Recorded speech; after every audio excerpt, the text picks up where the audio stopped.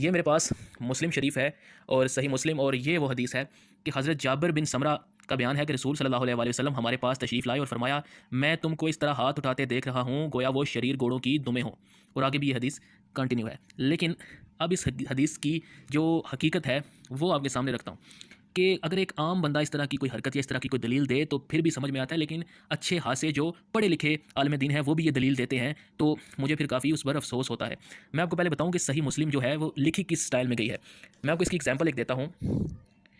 सही मुस्लिम में ये तरीकाकार है कि वहाँ पर हदीस के तुर्क होते हैं। तुर्क से क्या मुराद कि एक ही हदीस को जब मुख्तलिफ सहाबा इकराम या मुख्तलिफ ताबईन या अशखास बयान करते हैं तो वो एक ही जगह पर लिखी जाती है। मैं आपको एग्जांपल देता हूँ। हाथ मत उठाओ।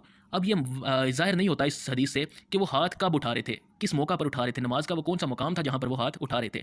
तो इसी का जो अगला तुर्क है उसी से ये साबित हो जाता है कि वो कहाँ उठा रहे थे, लेकिन ये उलमाए इकराम आपको ये कभी भी नहीं बताते। ठीक है, हम ये देखें, ये हदीस है और ये उसका अगला तुर्क यहाँ पर लिखा हुआ है, और वो भी हज़रत जाबिर बिन समरा से ही है। जिनसे पहले था उन्हीं से दूसरा है, लेकिन ये आपको नहीं बताते क्योंकि वो जानते हैं कि हर किसी के पास इतना कौन सा टाइम है कि वो जाकर देखेगा बुखारी शरीफ से या मुस्लिम शरीफ से। उनको बस पब्लिक को एक बात बता दी जाए। ठीक है, अब आप देखें, हज़रत जाबिर बिन समरा का बयान है कि रसूल सल्लल्लाहु अलैहि वसल्लम के साथ जब हम लोग नमाज पढ़ते तो नमाज के इख्तिताम पर दाएं बाएं अस्सलामु अलैकुम वरहमतुल्लाह कहते हुए हाथ से इशारा भी करते थे। ये मुलाहिज़ा फरमाकर हुजूर सल्लल्लाहु अलैहि वसल्लम ने इरशाद फरमाया, तुम लोग अपने हाथ से इस तरह इशारा करते हो जैसे शरीर घोड़ों की दुमें हिलती हैं। तुम्हें यही काफ़ी है कि तुम कादा में अपनी रानों पर हाथ रखे हुए दाएं और बाएं मुंह मोड़कर अस्सलामु अलैकुम वरहमतुल्लाह कहो।